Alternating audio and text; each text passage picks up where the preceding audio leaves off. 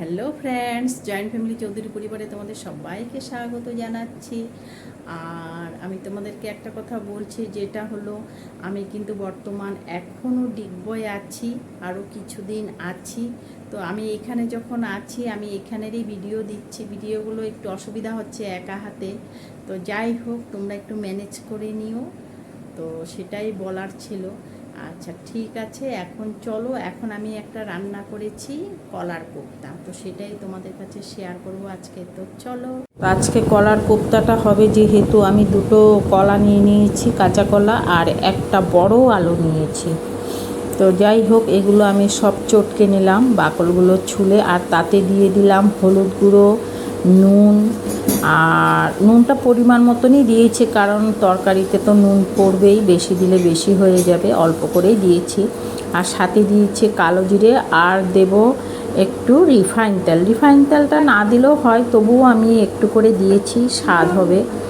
আর সাথে দেব একটু বেসন। বেসনটা দিলে কি হয় বলো তো, ভালো করে আটকে ধরবে, বড়াগুলো ছুটে ছুটে আসবে না। তো সেজন্যই তো আমি এটা ভালো করে মেখে একটুক্ষণ রেখে দেব, পরে ভাজবো বড়াটা।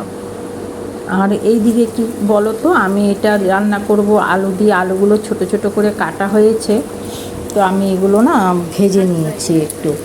আর তোমরা দেখতেই পাচ্ছ, মানে তেল খুবই কম দিয়েছি। আমি এতটাও কম দিই না, কিন্তু মেয়েরা খুবই কম খায়, বাচ্চাও আছে। আগে ওরা খেত, কিন্তু এখন শরীরের জন্য ওরাও মানে এখন খাচ্ছে না তেলটা বেশি।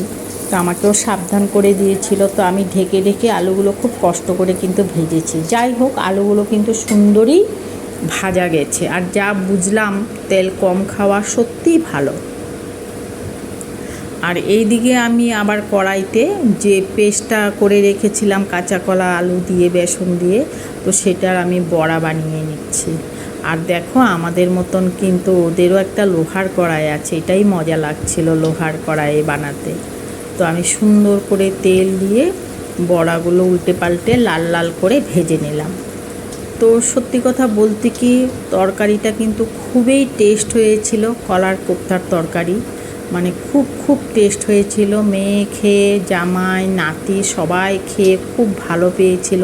তো তোমরাও যদি বানাতে চাও, এইভাবে তেল কম দিয়ে কিন্তু বানিয়ে খেতেই পারো, সত্যি খুব টেস্ট হয়। আর অনেকেই জানো কলার কোপ্তা রান্না করে, আজকাল সবাই বিভিন্ন ধরনের রান্নাবান্না করে। তবে নতুন গৃহিণী যারা, খুবই সিম্পল, তেল মশলা যারা কম খাও, তোমরা কিন্তু এভাবে বানিয়ে খেতে পারো।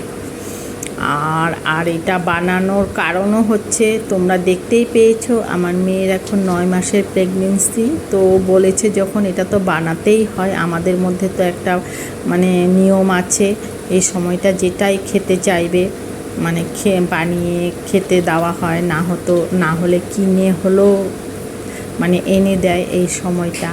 জানি না কারণটা কি, যাই হোক, তো সেই জন্যই বানানো। আর আমারও বসে থাকতে থাকতে ভালো লাগছিল না, রান্নার লোক যেহেতু আছে, তবুও আমি মানে ও বলাতে এটা রান্না করলাম। তো যাই হোক, এখন আমি এই যে বড়া তো ভাজা হয়ে গেল, তারপরে দেখো যে তেলটা ছিল বড়া ভেজে, সেটার মধ্যে একটু গরম মশলা দিয়েছি। গরম মশলা দিয়েই আমি এই যে টমেটোটা দিয়ে দিলাম। তেল কিন্তু খুবই সামান্য পরিমাণে দিয়েছি। তাতে দিয়ে দিলাম পরিমাণ মতন হলুদ, জিরার গুঁড়ো, আর সাথে দিয়ে দেব ধনের গুঁড়ো। লঙ্কা তো ওরা খাই না, শুকনো লঙ্কা, তার মধ্যে কাঁচা লঙ্কাও কিন্তু আমি দেইনি, তোমরা নিজেরাই দেখো। আর আমি এটা ভালো করে সাঁতলে নিলাম, আর তারপর দিয়ে দিলাম নুন।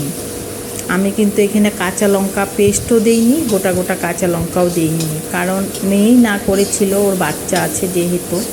তো যাই হোক, আমি এইভাবে খুব সুন্দর করে সাঁতলে নিলাম মশলাটা। তরকারি স্বাদ হওয়ার একটাই কারণ, যত সাঁতলানো যাবে ততই টেস্ট হবে। আর পরিমাণটা যদি একটু ভালো হয়ে যায় ঠিকঠাক মতন, সত্যি খুবই স্বাদ হয়। তারপর দেখো, আমার যে মশলাটা হয়ে আসছে, আমি কিন্তু আলুগুলোও দিয়ে দিলাম।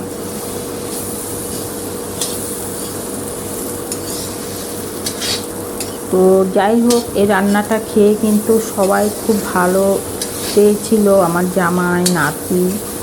তো তোমরাও কিন্তু এইভাবে বানিয়ে খেতে পারো। আর যদি তোমাদের এই ভিডিওটা ভালো লাগে, তোমরা একটা লাইক, কমেন্ট, শেয়ার করে দিতে পারো। তো এই যে সাঁতলানো হয়ে যাচ্ছে, আমি জল দিয়ে আবারও একটু সাঁতলে নিচ্ছি। আলুগুলো যে দেখো, দেখলেই বুঝতে পারবে সুন্দর কিন্তু সিদ্ধ হয়ে, ভাজাতেই আমার সিদ্ধ হয়ে গেছিলো। তবুও আমি ঢাকনা দিয়ে দিয়ে আর একটু সাঁতলে নিচ্ছি। হ্যাঁ, যেটা বলছিলাম, নতুন বন্ধু যদি তোমরা কেউ দেখে থাকো, যদি তোমাদের ভিডিওটা একটুকু ভালো লাগে, তোমরা কিন্তু একটা সাবস্ক্রাইব করে দিও, সাথে কমেন্ট করতেও ভুলো না। আর এই যে দেখো, আমার আলুটা কিন্তু সিদ্ধ হয়েই গেছে।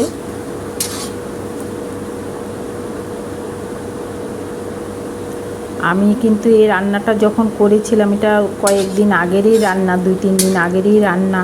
তবে আমি কিন্তু ঘিটা দিইনি, গরম মশলা আগেই সোমবারে দিয়েছিলাম। তো তোমরা চাইলে কিন্তু ঘিও দিতে পারো। তো আমি আরেকটু জল দিয়ে দিলাম, জল দিয়ে আবারও সাঁতলাচ্ছি ঢাকনা দিয়ে করলে কি হয় বলো তো, গন্ধটাও বেশ সুন্দর থাকে। আর পরিমাণ মতন জল দিয়ে দিলাম, জলটা একটু বেশিই দিয়েছি। কারণটা কি বলো তো, যে কোনো বড়ার তরকারিতে না একটু জলটা বেশি দিতে হয়, না তো জলটা টেনে নিয়ে নেয় বড়াগুলো। তো সেই জন্যই জলটা আমি একটু বেশি দিয়েছি। আর এই যে দেখো, আমার কিন্তু তরকারিটা হয়েই আসছে। টালুগুলো সিদ্ধ তো আগেই হয়েছিল, 1-2 ভেঙে দিয়েছি। সাথে আমি এখন দিয়ে দিলাম বড়াগুলো। তো বড়াগুলো দিয়ে আমি আর বেশিক্ষণ করব না, যেহেতু কলারগুলো আরও বেশি নরম হয়ে যায়। তো সেই জন্য আমি আর বেশি করব না। আর উপরে দিয়ে দিলাম কাঁচা লঙ্কা চেরা, কারণ ছেলে খাবেও, সেই জন্য সবাই লাস্টেই দেওয়া। সেটা ঝালটা তোমরা পরিমাণ মতন দিতে পারো। তো আজকের জন্য এখানে রাখছি।